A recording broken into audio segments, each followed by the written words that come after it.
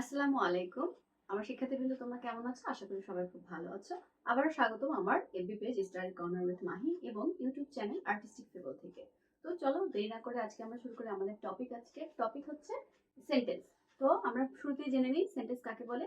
দুই বা ততোধিক শব্দ যদি পাশাপাশি বসে মনের ভাব সম্পূর্ণরূপে প্রকাশ করে তবে আমরা তাকে কি বলবো? সেন্টেন্স বলবো। এখানে আমি কেন মনের ভাব প্রকাশ করার কথা বললাম? যদি আমি বলি দ্য বার্ডস, দ্যাটস ইট। তো এখানে কিন্তু আমাদের মনের ভাব প্রকাশ করছে না, কিন্তু দুইটি শব্দ কিন্তু পাশাপাশি বসেছে। কিন্তু আমি যদি বলি the birds fly in the sky, তো তাহলে কিন্তু এখানে দেখতে পাচ্ছি যে আমাদের বাক্য শব্দগুলো পাশাপাশি বসেছে ঠিকই, এবং একটি মনের ভাব সম্পূর্ণরূপে প্রকাশ করছে। তো এটাকেই বলা হচ্ছে সেন্টেন্স। এখন আমরা জেনে নিই সেন্টেন্স কত প্রকার। সেন্টেন্স হচ্ছে মূলত 5 প্রকার। কি কি সেগুলো লিখে ফেলি। প্রথমে আমরা সেন্টেন্স পাচ্ছি অ্যাসার্টিভ সেন্টেন্স। অ্যাসার্টিভ সেন্টেন্স, এটার বাংলা কি? বিবৃতিমূলক বাক্য বা বর্ণনামূলক বাক্য।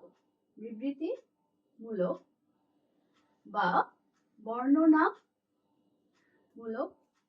বাক্য, যেটা দিয়ে আমরা খুব সহজে আমাদের সাধারণ কথা বলতে পারি, এবং যেই বাক্যটি সাবজেক্ট দিয়ে শুরু হয় ঠিক সেটাকেই বলা হচ্ছে অ্যাসার্টিভ সেন্টেন্স বা বিবৃতিমূলক বাক্য। আমি যদি এখানে একটি এক্সাম্পল লিখি, যেমন আই গো টু স্কুল, তাহলে আমরা এই বাক্যটিকে বলবো কি? Assertive sentence. আমরা আরেকটি আসি, আরেকটি কি? Interrogative sentence. ইন্টারোগেটিভ সেন্টেন্সের অর্থ হচ্ছে প্রশ্নবোধক বাক্য। তো লিখে ফেলি ইন্টারোগেটিভ সেন্টেন্স। এটি চেনার কিন্তু খুব সহজ একটি উপায় আছে, সেটি হচ্ছে আমাদের WH ওয়ার্ড দিয়ে শুরু হবে অথবা অক্সিলারি ভার্ব দিয়ে কিন্তু প্রশ্ন শুরু হবে। অক্সিলারি ভার্ব দিয়ে প্রশ্ন শুরু হবে, এবং সবচেয়ে গুরুত্বপূর্ণ ব্যাপার হচ্ছে এই দুটি যখন শেষ হবে তখন কিন্তু একটি কোশ্চেন মার্ক থাকবে। তো এই ধরনের বাক্যকে আমরা কি বলবো?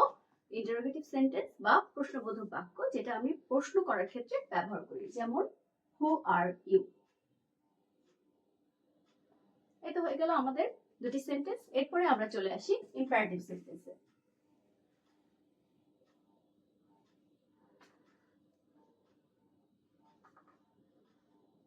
তাহলে আমি কি লিখলাম? Imperative sentence. ইম্পারেটিভ সেন্টেন্সটা কিন্তু খুবই মজার। যেমন ইম্পারেটিভ সেন্টেন্স দিয়ে কিন্তু আমরা শুধু একটা সিচুয়েশনের বাক্যকে এটা বোঝাই না। যেমন আদেশ, অনুরোধ, উপদেশমূলক বাক্যকে আমরা কিন্তু ইম্পারেটিভ সেন্টেন্স বলে থাকি। তাহলে আমি একটি লিখি বাক্য। আচ্ছা, এখানে আমি একটি বাক্য লিখলাম, ডোন্ট গো দেয়ার। এই বাক্যটি দিয়ে কি বোঝাচ্ছে? এই বাক্যটি দিয়ে বোঝাচ্ছে নিষেধ করা। মানে কেউ কাউকে বলছে যে তুমি সেখানে যেও না। তাহলে এই নিষেধমূলক বাক্যটা কিন্তু আমাদের কোথায় পড়বে? ইম্পারেটিভ সেন্টেন্সে। এরকম ইম্পারেটিভ সেন্টেন্স কিন্তু একটা না, 4 রকম বাক্য মিলে ইম্পারেটিভ সেন্টেন্স তৈরি হয়। এটি আমি অবশ্যই একটি ডেসক্রিপটিভ ক্লাসে জানাবো। আচ্ছা, তারপরে আমরা চলে আসি কি? অপটেটিভ সেন্টেন্সে। Optative optative sentence. অপটেটিভ সেন্টেন্সের বাংলা কি? অপটেটিভ সেন্টেন্সের বাংলা হচ্ছে প্রার্থনাসূচক বাক্য বা আশীর্বাদমূলক বাক্য, তাহলে বা ইচ্ছা প্রকাশমূলক বাক্য হতে পারে। তাহলে আমি এখানে লিখি প্রার্থনা সূচক বাক্য।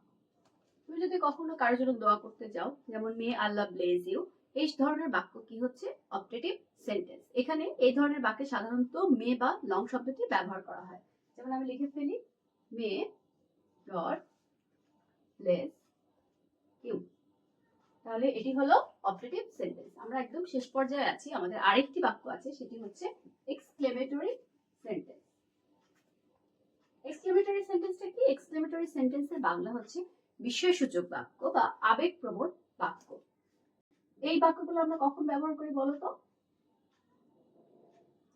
যখন আমরা কোনো কিছু দেখে খুবই অবাক হই, যেমন how beautiful the flower is, of I am so sorry. এরকম ধরনের যখন আমরা আবেগপ্রবণ দুঃখ প্রকাশ করি বা খুশি প্রকাশ করি, তখন কিন্তু আমাদের এই ধরনের বাক্য হয়ে থাকে। এবং এটি চেনার খুব সহজ একটি উপায় হচ্ছে আমাদের এই চিহ্নটি। এই চিহ্নটির নাম কি বলো?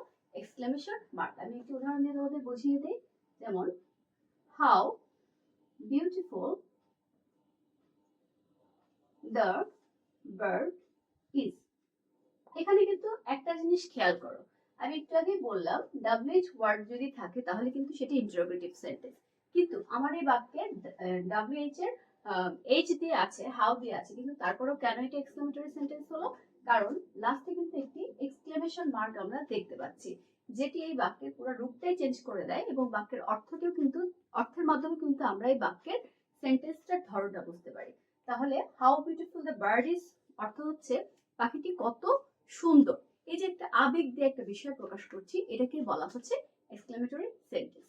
এই তো আজকে আমাদের ক্লাসে আমরা শিখলাম 5টি সেন্টেন্স, এবং খুব শীঘ্রই কিন্তু আমি তোমাদের এই 5টি সেন্টেন্স চেনার খুবই সহজ উপায় নিয়ে একটি ক্লাস দিব। আশা করি তোমাদের ক্লাসটি ভালো লেগেছে, এবং এই নিয়ে তোমরা আর কি জানতে চাও অবশ্যই আমাকে কমেন্ট সেকশনে জানাবে। এবং ভালো থাকবে, ভালো করে পড়াশোনা করবে। কোনো প্রকারে পড়াশোনার ব্যাপারে আমাকে অবশ্যই ইনবক্স করতে পারো বা কমেন্ট সেকশনে জানাতে পারো। সবাই ভালো থাকবে, ধন্যবাদ, আসসালামু আলাইকুম।